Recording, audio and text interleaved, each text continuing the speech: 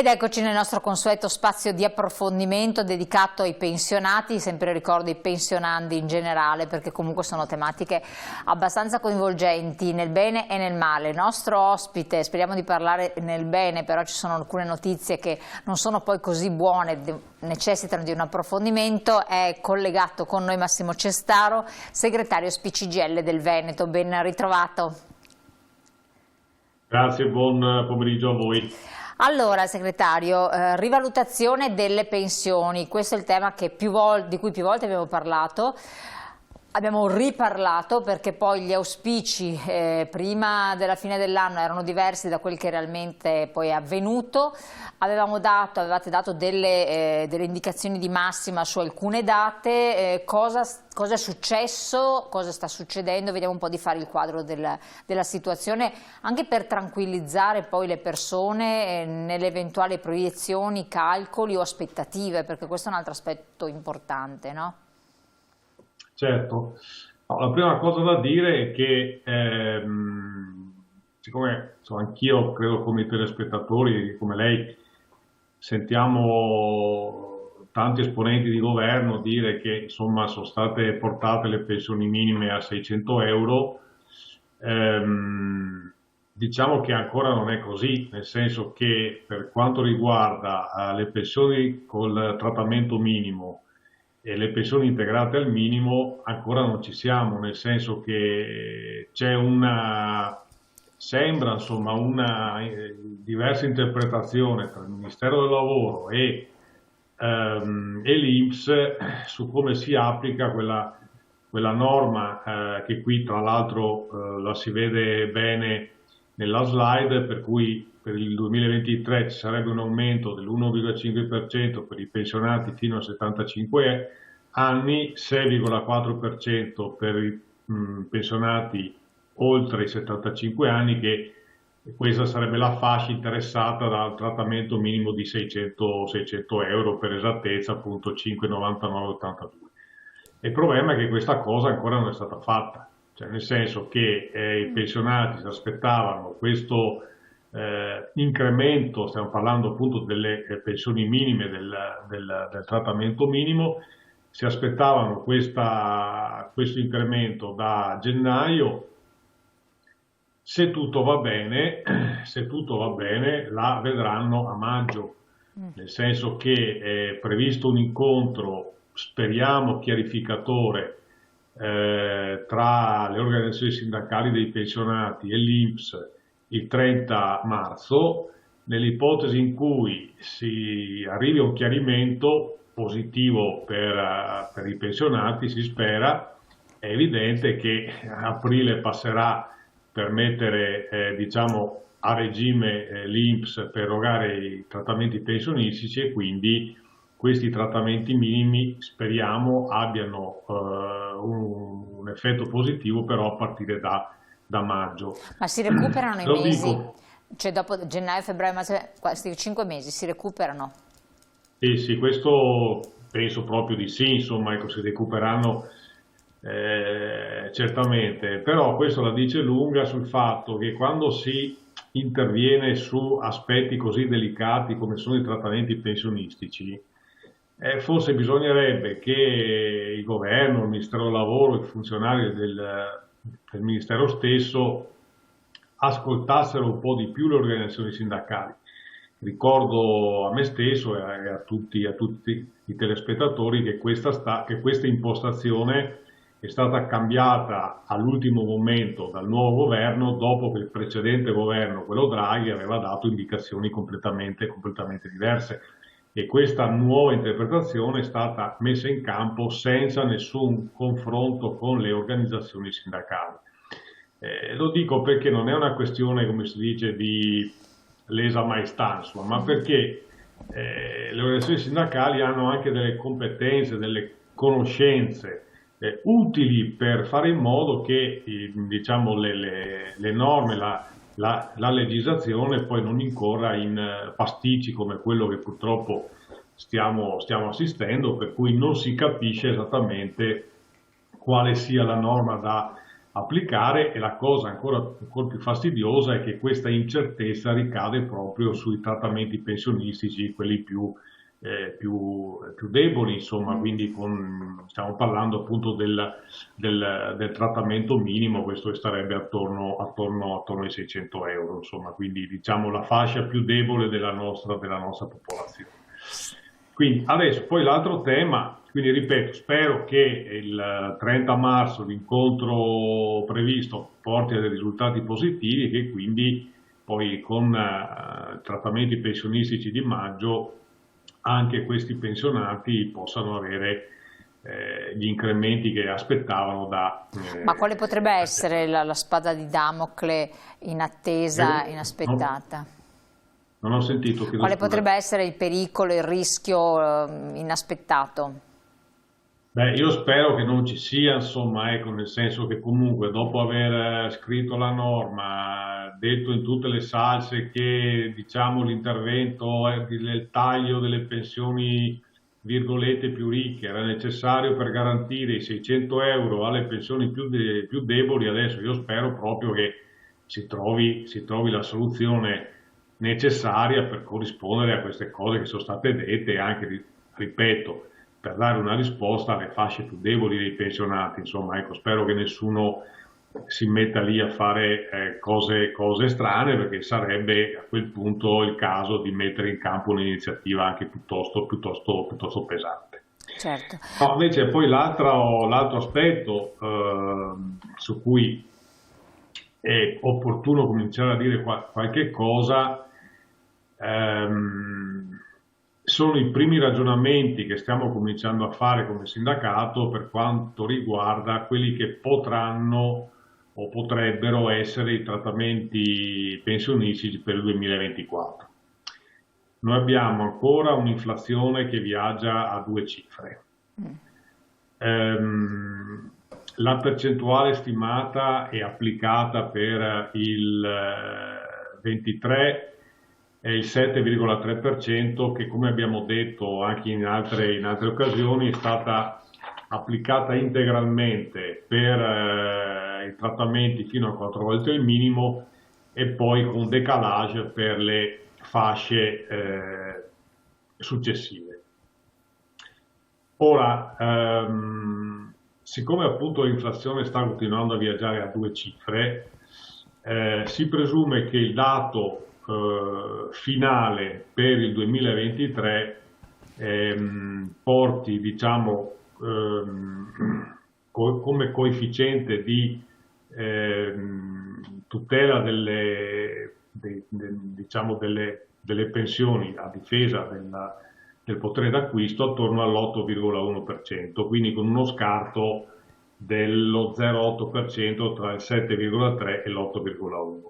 Se poi ci aggiungiamo, stiamo parlando sempre di previsioni, Certo. che il dato inflattivo nel 2024 dovrebbe attestarsi sul 5,5%, noi dovremmo avere una rivalutazione nel 2024 di circa 6,3%.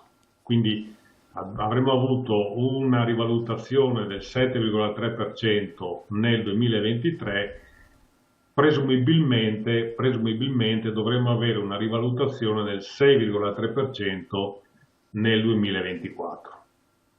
Lo dico perché questo sarà un altro degli oggetti di confronto con il governo. Dal nostro punto di vista è inaccettabile e sarà inaccettabile che il 2024 abbia i tagli sulle rivalutazioni che abbiamo visto nel 2023, perché non è possibile che con il dato di inflazione che noi abbiamo, e ripeto, i coefficienti che si definiscono sono necessari per tutelare il potere d'acquisto di retribuzioni e pensioni. Quindi non è che stiamo parlando di aumenti delle pensioni, la pensione resta sempre la stessa rispetto al suo potere d'acquisto. Se si applicano le percentuali corrette, diciamo, quella pensione viene sufficientemente tutelata.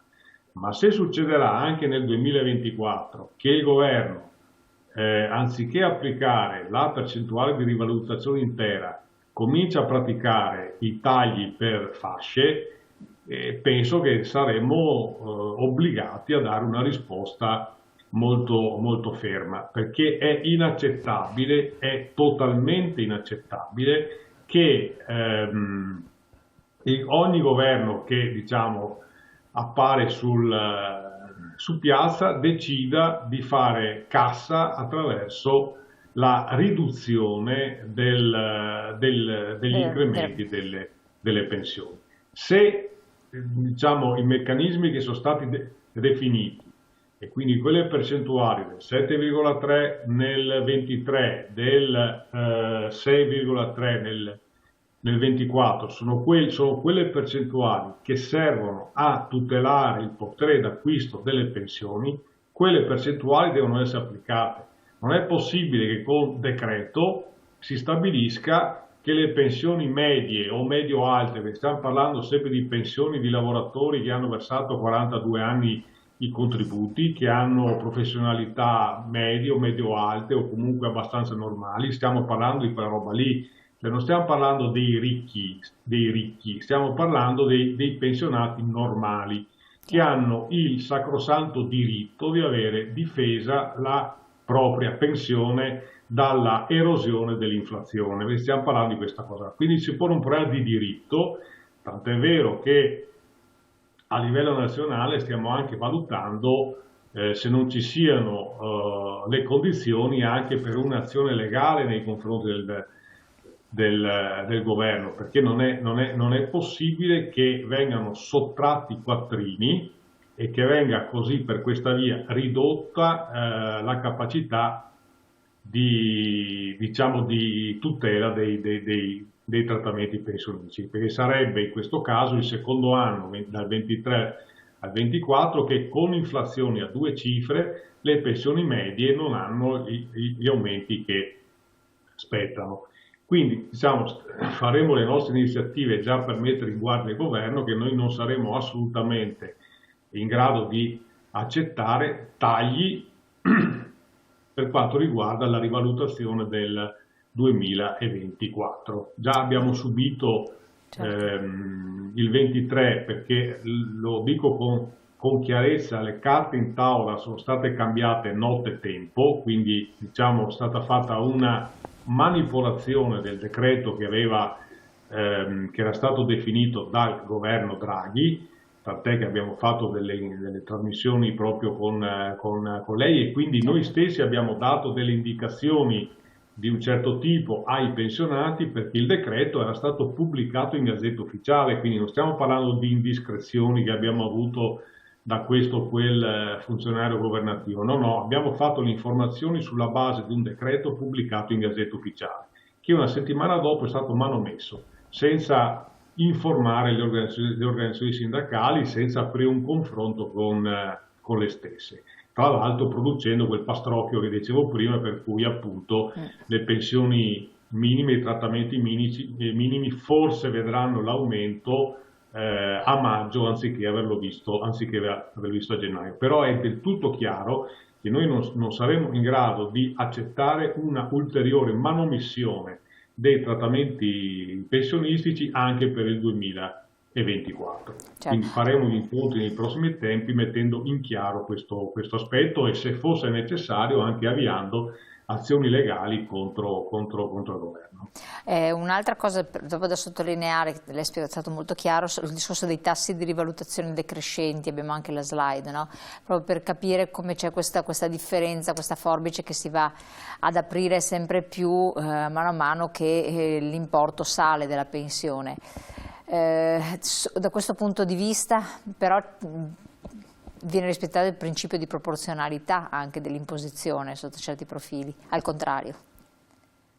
Sì, certo, nel senso che poi la cosa, ripeto, questi coefficienti che vengono definiti sono appunto costruiti per difendere il potere di acquisto delle pensioni, da quelle più basse a quelle più alte, a quelle medie. Ora, anche in questo, se parlando delle pensioni, diciamo quelle molto alte, se lì si vuol fare un'operazione di solidarietà, ma ci mancherebbe, insomma, non sarebbe né la prima né l'ultima volta che come sindacato facciamo operazioni, diciamo, di tipo solidaristico. Se penso per esempio alla legge che è stata approvata recentemente, per la verità aveva già impostata il governo Draghi, la legge sulla non autosufficienza, bene, se si vogliono destinare delle risorse a quella fascia di persone che hanno, quelle famiglie che hanno in casa una persona non autosufficiente,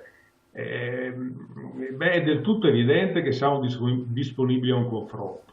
Se rispetto diciamo, la riforma delle pensioni c'è un impegno a garantire le fasce più deboli dei lavoratori, cioè quelli che hanno rapporti di lavoro saltuari, intermittenti, che per effetto del sistema previdenziale costruito sui contributi effettivamente versati rischieranno di avere pensioni da fame.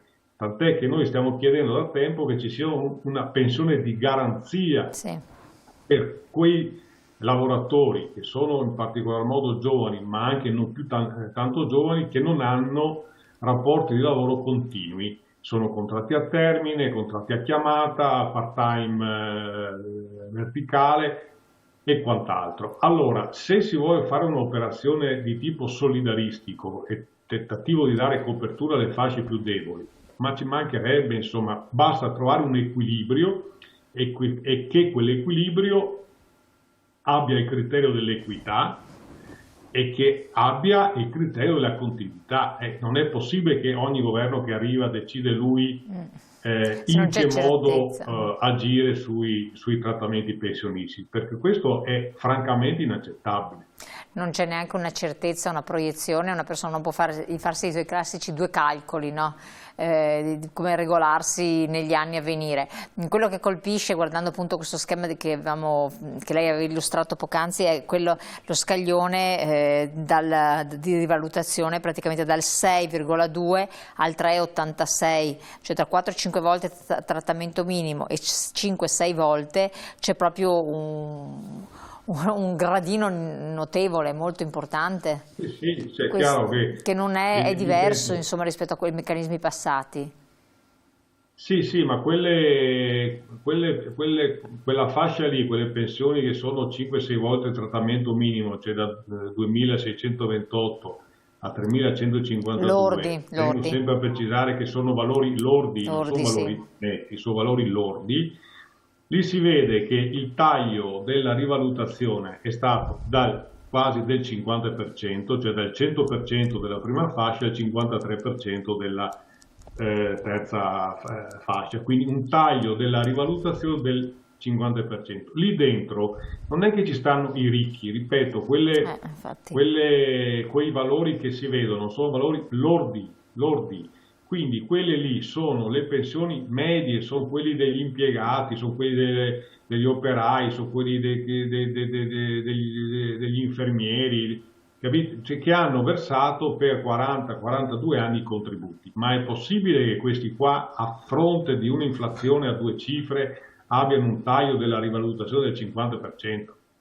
E questa cosa è totalmente inaccettabile, ripeto, non stiamo parlando dei ricchi, perché poi c'è la vulgata che circola ormai da troppo tempo, per cui il sindacato protegge i protetti e i sindacati dei pensionati proteggono i garantiti. È ora di finirla, insomma, no? Nel senso che ormai tutte quante le statistiche dicono che abbiamo le retribuzioni più basse, i salari più poveri.